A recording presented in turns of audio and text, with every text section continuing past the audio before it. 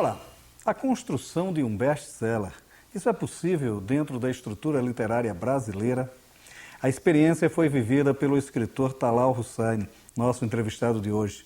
Com o romance Paz Guerreira, O Caminho das 16 Pétalas, ele chegou em poucos meses à lista dos livros mais vendidos. Como se deu o fenômeno, ele nos conta em nossa conversa. Na Dica de Leituras, literatura de entretenimento, a gente fala dos romances As Joias da Coroa, de Álvaro Cardoso Gomes, e O Invasor, de Masao Aquino. O Leituras começa agora, conversando com Talal Hussain.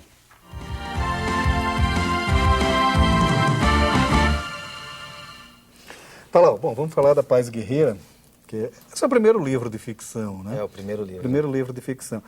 Ele é interessante porque ele trabalha com uma técnica muito dos livros de best-seller, né? Quer dizer, aquela questão dos capítulos curtos, a técnica do plot, do subplot e tal coisa. Como é a estrutura do livro? Vamos falar um pouco sobre essa questão. Como é que nasce essa ideia e essa estrutura? Eu trabalhei com duas histórias ao mesmo tempo. Então, eu trabalho com um presente fictício num tempo atemporal e trabalho também uma história no Egito Antigo, fictício. E essas duas histórias, elas se entrelaçam, elas se conectam através dos sonhos do personagem principal. Trabalho com capítulos pequenos, curtos, onde tem muitas histórias, tanto do presente quanto do passado, com muitas sagas, e essas sagas vão se intercalando. Como tem 16 capítulos, até o quarto capítulo eu faço a construção do livro, com os personagens, dando as características, formatando o livro. E no quarto capítulo em diante começa a integração de todos esses elementos que parecem, aparentemente, distorcidos ou separados. Aí você vê depois do quarto capítulo como eles se comunicam e não tem nada de distorcido. Todos estão interrelacionados. Até que você se envolva no livro de uma maneira tal que você não consegue parar de ler. Eu fiz isso de forma proposital, com um enredo extremamente instigante e caprichei no final. O final é algo que você não encontra em nenhum outro livro, em nenhum outro filme, porque eu sabia que o final era imprescindível. Eu aprendi um conceito com o meu mestre que eu guardei. Ele disse o seguinte: se você tem um bom livro e o final é ruim, o livro fica ruim. Se o livro é bom, o final é bom, o livro é bom. O livro é bom, o final é excelente, passa a ser um livro excelente. Se o livro é excelente e o final é excelente, ele se torna um clássico. Então eu me concentrei nisso. Eu pensei, bom, como mínimo eu tenho que caprichar no final para que ele seja excelente, porque se o livro ficar mais ou menos, eu levanto ele um pouquinho no final. Mas a verdade é que o livro acabou com todo esse enredo e com todos esses entrelaçamentos se tornando algo muito bom, um excelente trabalho.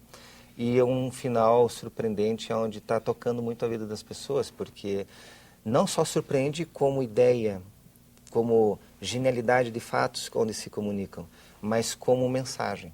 E as pessoas se veem muito tocadas, e isso está tendo uma repercussão muito grande, onde as pessoas estão falando umas com as outras. Também eu trabalhei outros aspectos, poderíamos chamar comerciais. Eu não sei se você observou, eu coloco as letras um pouquinho maiores, dou um espaçamento, coisas que são assim interessantes para quem lê, né? Às vezes a gente tem que se preocupar, ou devemos nos preocupar um pouco com aquele que lê, porque eu me colocando na postura daquele que lê, às vezes é interessante ele sentir que já está na metade do livro e quando vê já está acabando.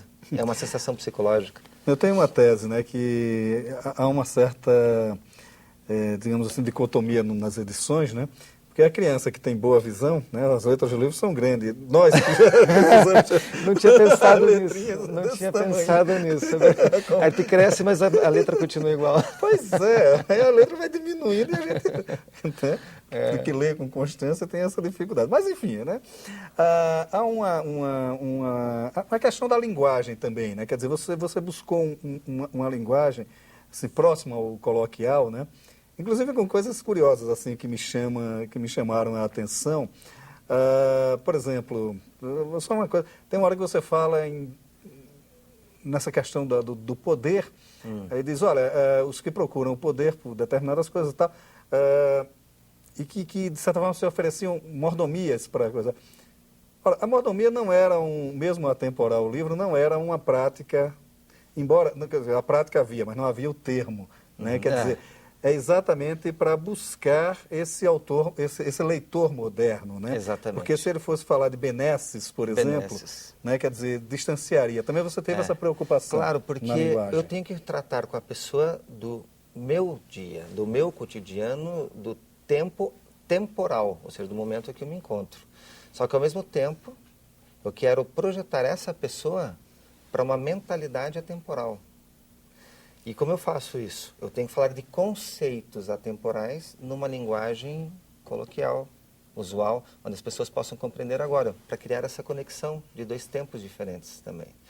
E eu acredito que foi possível.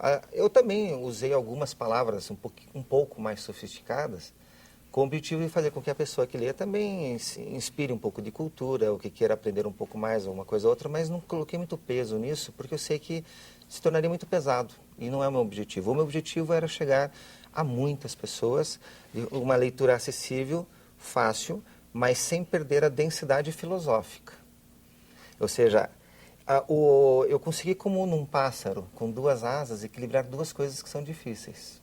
Escrever bem e com um enredo instigante, onde cria até uma certa ansiedade de saber o que vai acontecer por esses pequenos capítulos, que é uma forma de escrita, mas conjugada com conceitos filosóficos, sem criar um peso onde, poxa, está cansativo isso.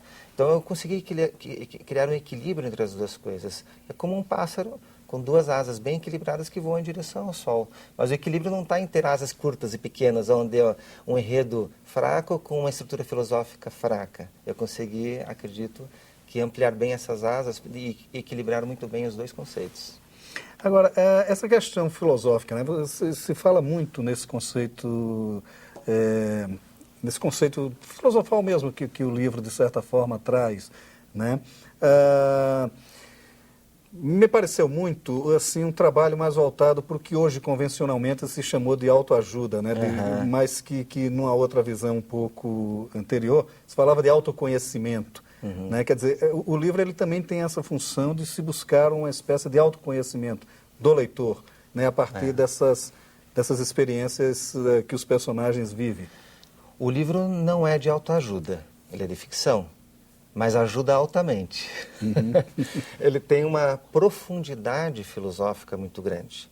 Eu vejo que, não todos, mas muitos livros de autoajuda trabalham muito na superficialidade, dentro da esfera da psique, ou de elementos querendo colocar como transcendentais ou espirituais, mas fica um pouco na superfície, porque normalmente você lê certos livros, te toca naquele momento, mas não modifica em nada. Não existe nem sequer uma alquimia, talvez no máximo uma química com relação ao assunto. Quando eu trabalho nesse livro, o conceito que eu falo como ajuda altamente, ele é diferente porque ele tem profundidade, onde gera uma profunda reflexão e surgem mudanças dentro do ser interior. E isso cria um novo comportamento, um novo estilo de vida, através de certos conceitos. O mundo das ideias, o mundo filosófico, ele muda todo o mundo das formas, o mundo das emoções, das energias e das formas. Nós vemos que no mundo, hoje em dia, grandes ideias movimentaram grandes formas. Na política, todos os sistemas, os maiores movimentos políticos do mundo vieram através de ideias. Na economia, na religião, na sociedade, na arte, nós vemos que tudo surgiu de alguma grande ideia. As ideias têm um poder extraordinário. Quando eu trabalho conceitos filosóficos, eu trabalho com ideias muito profundas. Que quando a pessoa lê, modifica algo dentro dela e conecta ela ao inconsciente coletivo também. Porque eu trabalho com arquétipos mitológicos. E isso o ser humano já traz dentro de si. Os arquétipos, o arquétipo heróico, por exemplo, como eu trabalho com Cadriel Varran, que é o personagem principal. Eu trabalho com vários mitos, onde isso traz à tona elementos que já existem dentro da pessoa. Talvez uma forma de aprender as coisas não é trazendo elementos novos, e sim recordando elementos que já existem dentro do próprio ser humano. E com essas ideias, com esses conceitos filosóficos, eu acredito que eu tenho chegado ao meu objetivo, de trabalhar conceitos profundos, onde as pessoas, quando leem, modificam algo dentro dela e muda o seu comportamento, e a tal ponto que são muitas pessoas já falando para outras, porque não é um livro convencional, não é comum e nem sequer com objetivo comercial. Ele nem sequer é uma obra como um livro, ele tem uma mensagem profunda. E muito bom o fato de estarmos chegando nesse objetivo. Né, já está em quarto.